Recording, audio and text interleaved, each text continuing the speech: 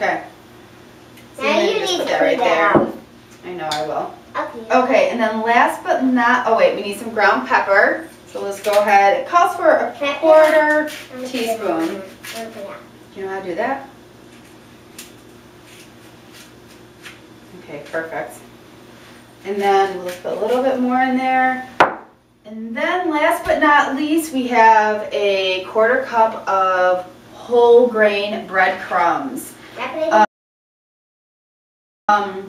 I like whole grain breadcrumbs because it adds more fiber to it and it's just healthier. So whenever I'm cooking any meal, I always try to substitute with whole grain. A lot of people, they don't like the taste, but honestly, once you go whole grain, you'll never go back. Aren't you going to put the oatmeal in? I already did. I didn't see it. Okay, put it in. Alright, now for the messy part, which is the part the kids love. Alright, get in there. Okay, so this dish should make about 20 meatballs, give or take. And then you're going to go ahead and cook them for about 15 to 20 minutes in a 400-degree oven. It's really important to have your oven preheated and hot. Before I started cooking, I always thought that it wasn't, I never really cared about preheating the oven. I thought I could just turn on, stick my stuff in there, and when it warmed up, it warmed up. But I realized that having a hot oven is key for your food to cook the way it's supposed to cook. So I turned my oven on probably about 10 minutes ago. It's nice and hot. It's getting ready for the meatballs.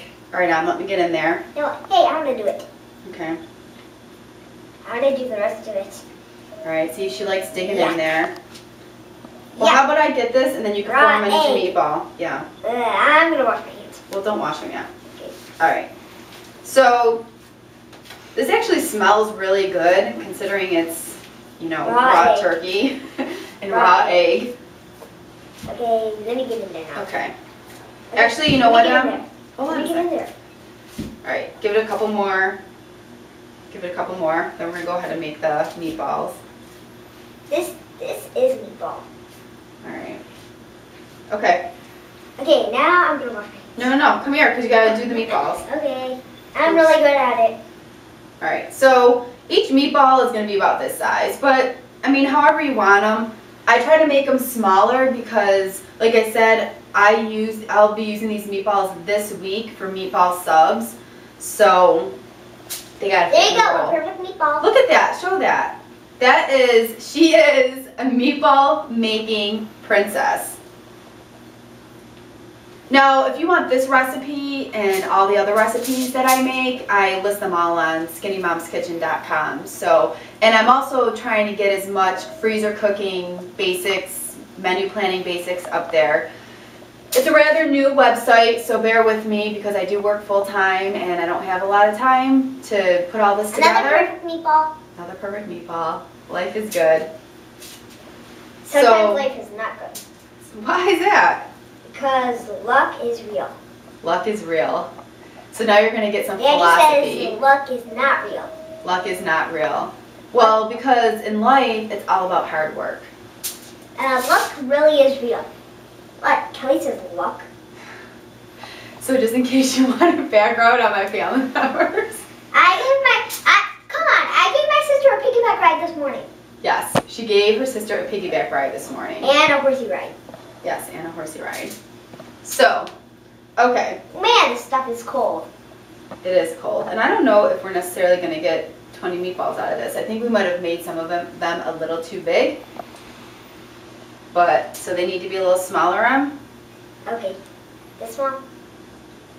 No, not that small. Okay, so anyways, we're going to go ahead and make the meatballs, and then we're just going to put them in the oven at 400 for about 15 minutes. So, we're going to go ahead and take a break, and then when we come back, I will show you the meatballs cooked and then how to package them up to go into the freezer. Alrighty? Alright, see you in a few. Hi everyone, we are back. Tammy from SkinnyMomsKitchen.com and my little helper, Emma, my daughter. Well, the meatballs are done and they have been sitting for about 5 minutes, so they're nice and cooled off. And as you can see, they look great. They're good to go. Very easy, 15 minutes, 400-degree oven, and they are done. So Emma, why don't you taste that one that you grabbed and took a bite of already, and tell us what you think.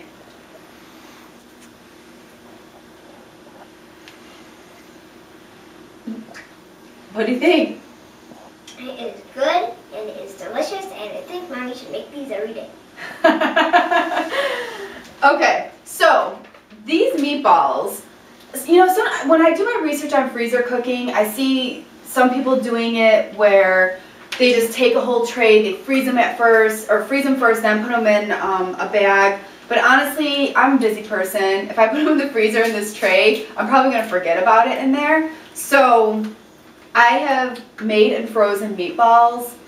I've lost count. I've done them so many times. And every time, this is exactly how I do it. I just use it in a freezer bag. This one's hefty, but I mean, you could use any brand. This one I like because it has a little area where you could write what's on it.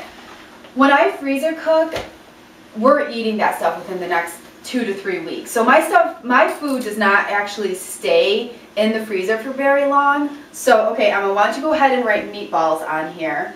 So I don't have to worry about it getting freezer burn or anything like that. But the meatballs, if you're making them like way in advance, like say you're having a party or something, they could probably be in the freezer about 2 to 3 months, tops. But like I said, when I cook, I have a menu.